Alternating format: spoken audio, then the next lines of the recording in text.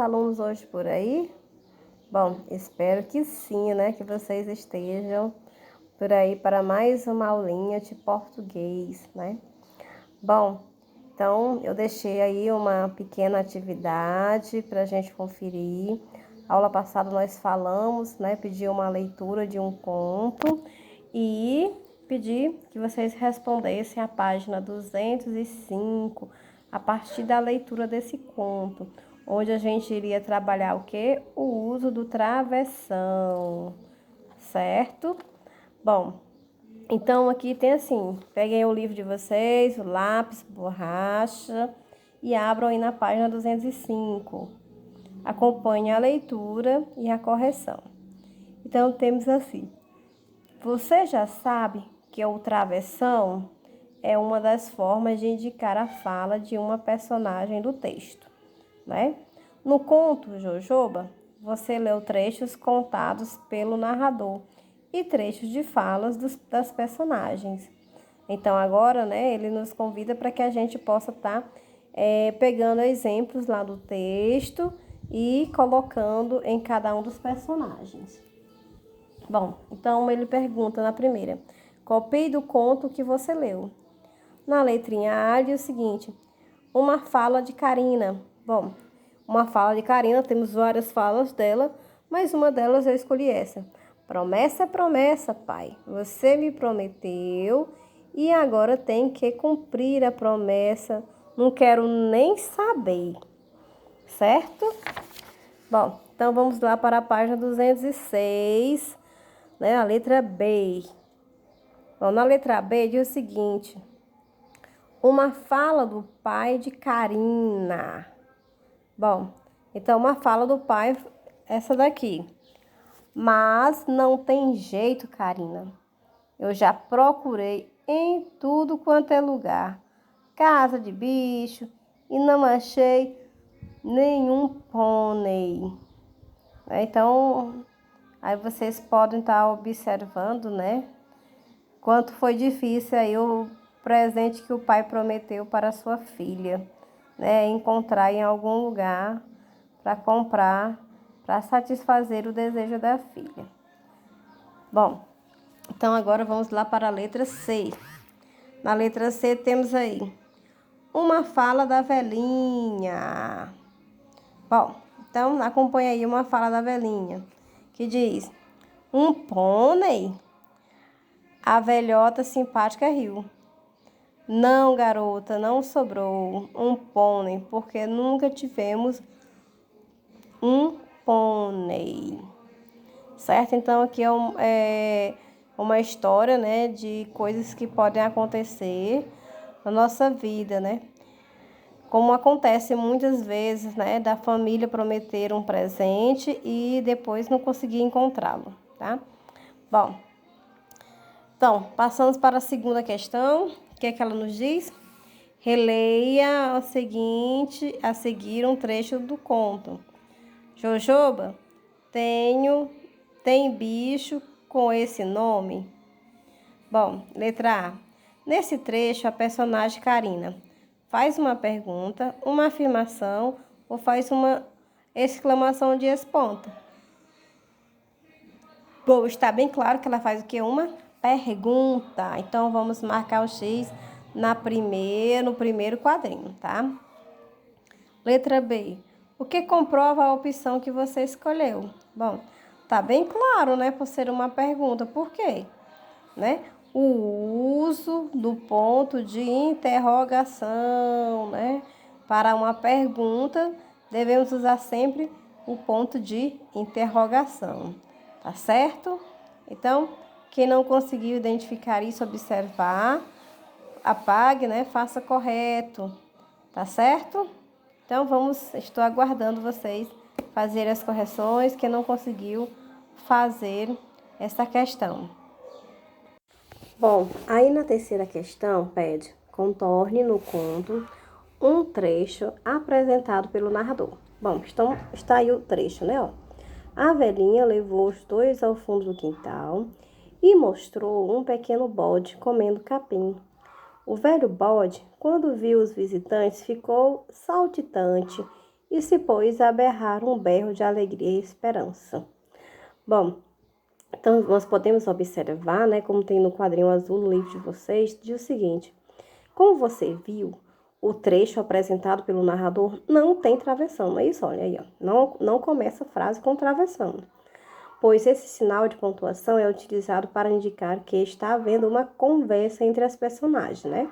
Que nós já falamos sobre isso na aula passada. Nos textos, o trecho em que as personagens conversam, indicados por travessões, é chamado de diálogo, né? Quando os personagens estão dialogando um com o outro, aí é utilizado o travessão, tá bom? Bom, então hoje nós vamos entender e compreender melhor o que é um conto, né? Como nós devemos classificar, né? É um conto, esse gênero textual, tá certo? Então, vamos agora conhecer a definição, né, e algumas características de quando um texto é um conto. Tá certo, crianças? Então, aí pelas imagens vocês podem ver, né, ó, o que é um conto que vocês já conhecem bastante. Bom, então, o conto é uma narrativa literária caracterizada pelo tamanho curto, né? Ou seja, é uma história curta, com foco em determinado acontecimento. Ou seja, você vai contar uma história, né? Alguma coisa, algum acontecimento. Além disso, são histórias fictícias e com moral no final, como no caso dos contos de fadas, que é os que vocês mais conhecem, né? Bom, a estrutura do conto conta apenas, né, um conflito, né, o clímax, parte de maior intensidade da história. Dessa forma, um conto é caracterizado por possuir poucas personagens. Os espaços ou cenários são limitados e o recorte temporal é reduzido, ou seja, é uma história que acontece em um pequeno espaço, né, num espaço bem curto, tá certo? Não é uma história que dura dias, meses, anos. Não, é uma história que apenas pode durar um dia ou algumas horas. Ok? Entendido até essa primeira parte?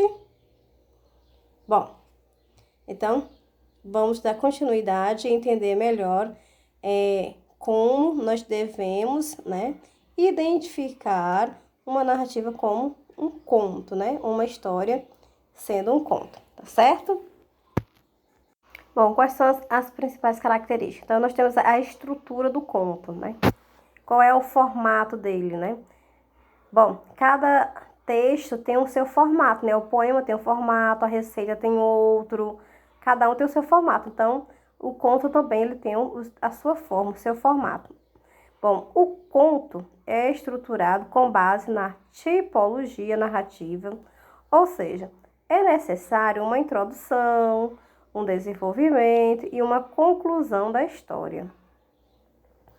Dessa forma, o conto contém a presença de personagens e de um narrador, do tempo, do espaço, o enredo e o conflito, né?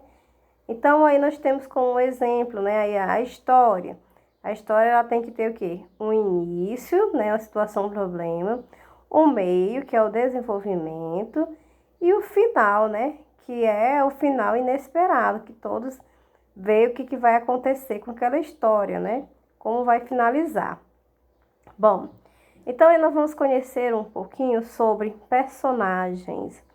Bom, então resumindo, os personagens no conto são definidos por seres que dentro da narrativa sofrem ou executam ações, ou seja, eles sofrem algum tipo de ação ou eles praticam algum tipo de ação. Dessa forma, os personagens podem ser constituídos com seres animados, como pessoas e animais, ou inanimados, dando vida a objetos e plantas, tá, criança? Então, vocês aprendam. Animados é aqueles que têm vida. Inanimados são aqueles que não têm vida. Tá certo? Bom, como por exemplo, né? Se eu pego o sapo como personagem, ele é um ser vivo. Agora, se eu pego uma caneta como personagem, coloco uma caneta falante, aí é um ser inanimado, tá? Porque a gente está dando vida àquele ser.